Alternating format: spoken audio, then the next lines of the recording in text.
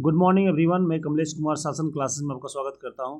दोस्तों, हम लोग आज देखेंगे कि कोरबा जनजाति संबंधित जितने फैक्ट्स होगा वो हम लोग कवर करने की कोशिश करेंगे। और ये जो जनजाति है, जितने भी 33 जनजाति है, 33 जनजाति के संबंध में हम लोग पढ़ेंगे। तो फिलहाल आज जो टॉपिक है वो कोरबा जनजाति है, और ये आपको JPSC 15 JPSC में काम आ जाएगा।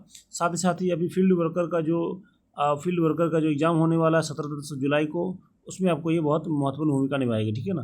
तो फील्ड वर्कर के लिए हम लोग भी इसमें विशेष फोकस कर रहे हैं, ताकि एक एक चीज़ जो ज़रूरत हो MCQs के माध्यम से, टॉपिक के माध्यम से हम लोग सारा कवर कर सके, ठीक है ना। और हम लोग डेली इवनिंग के समय फील्ड वर्कर के लिए भी एक हम लोग MCQ सीरीज ला रहे हैं, और टेस्ट सीरीज अब रेगुलर शाम को चलेगी, ठीक है ना। चलिए शुरू करते हैं इस टॉपिक को। तो पहला क्या चीज़ दिया है कि कोरबा जनजाति के संबंध में बताया गया है कि कोरबा जनजाति का निवास स्थल कहाँ पे है। तो इसका निवास स्थल कहाँ है? पलामू क्षेत्र में है। उसके साथ साथ कहाँ पे है? छोटानागपुर खास वाला क्षेत्र है। छोटानागपुर खास क्षेत्र मतलब हो गया कौन सा? उत्तरी छोटानागपुर वाला भाग में है ना। पलामू मतलब पलामू प्रमंडल, ठीक है। और सिंहभूम मतलब सिंहभूम प्रमंडल वाले क्षेत्र में, मतलब पूर्वी सिंहभूम, पश्चिमी सिंहभूम और सरायकेला शामिल है, ठीक है। ये ध्यान रखिएगा।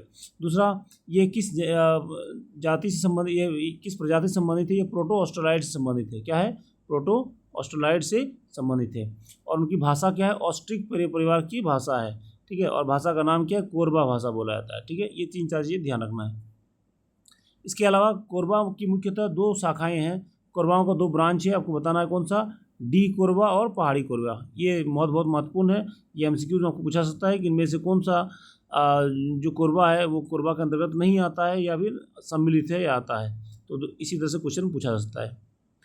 इसके अलावा देखिए, इसमें क्या है कि दोनों शाखाएं हैं, मतलब डी कोरबा और पहाड़ी कोरबा, दोनों में शाखागत विवाह की होती है। मतलब क्या हो गया कि डी कोरबा अपने अब लोगों के साथ मतलब शादी करते हैं, विवाह करते हैं, और पहाड़ियाँ अपने लोगों के साथ करते हैं। लेकिन इसका मतलब ऐसा नहीं है कि एक डी कोरबा पहाड़ी कोरबा से, या पहाड़ी कोरबा डी कोरबा से शादी विवाह नहीं कर सकते हैं। इस चीज़ के निषिद्ध नहीं है, ठीक है ना। अब इसकी निषिद्ध नहीं है, मनाही नहीं है। इसके अलावा यहाँ पे देख सकते हैं कि क्या है, यहाँ पर लिखा है कोरबा अपने नाम में के साथ गोत्र नाम का प्रयोग नहीं करते हैं ना। तो गोत्र नाम का प्रयोग कोरबा लोग नहीं करते हैं, ठीक है। तो इतने सारी चीज़ जो है हमारा किसकी संबंधित है? कोरबा के सामाजिक जीवन के संबंध में। इसके अलावा हम लोग देखते हैं कि कुछ शब्द होता है, शब्दावली बहुत ज़्यादा पूछे जाने की संभावना है। तो आप फील्ड वर्कर का एग्जाम में या क्षेत्रीय कार्यकर्ता के एग्जाम में आपको पूछे जाने की संभावना होगी। देखिए, एक शब्द होता है प्रसूति होता है, या फिर सॉरी, प्रसूति या सॉरी। इसका मतलब क्या होता है कि बच्चों का जन्म स्थान को क्या कहा जाता है? प्रसूति या सॉरी। याद करने के लिए बहुत आसान तरीका है। प्रसव से याद रखना है प्रसूति, ठीक है ना। और सौती से याद रखना है सॉरी। सॉरी मतलब क्या होता है? बच्चों का जन्म स्थान, ठीक है। अगला है डांगरीन। डांगरीन क्या है? जो प्रसव वाली सेविका होती है, जैसे मान लीजिए दाई माँ होती है ना, दाई माँ का काम प्रसव कराना होता है, उसे डांगरीन कहा जाता है, ठीक है ना। ये ध्यान रखना पड़ेगा। अब इसके अलावा देखिए, इसमें विवाह के प्रकार भी दिया हुआ है। तो विवाह के प्रकार 2 प्रकार का होता है। एक चढ़के विवाह होता है, दूसरा डोला विवाह होता है। चढ़के विवाह में क्या होता है? शादी में विवाह कन्या के यहाँ होता है। तो कन्या के घर में बारात लेकर जाते हैं, तो क्या हो गया? वो चढ़के विवाह, चढ़कर, है ना, किसी घर में चढ़ा, कन्या के घर में चढ़ाई किया, ऐसे याद रख लीजिए।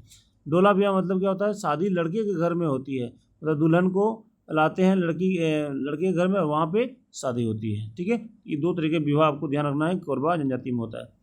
फिर उसके अलावा कुछ महत्वपूर्ण चीज़ें हैं कोरबा जनजाति में।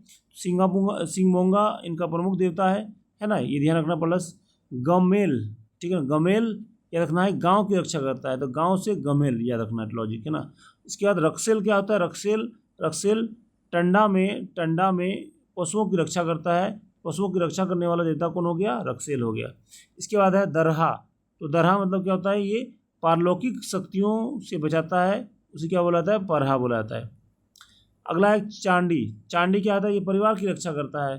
प्लस सोखा, ये परिवार की भलाई के लिए कार्य करता है। तो इतने प्रकार के ये देवता हैं जिससे कोरबा जनजाति से संबंधित है, ठीक है। तो ये सब चीज़ें, क्वेश्चन बहुत इंपॉर्टेंट है। इनमें से कोई भी क्वेश्चन आपको पूछा जा सकता है, इसलिए सभी तथ्यों को एकदम रट्टा मार लीजिएगा।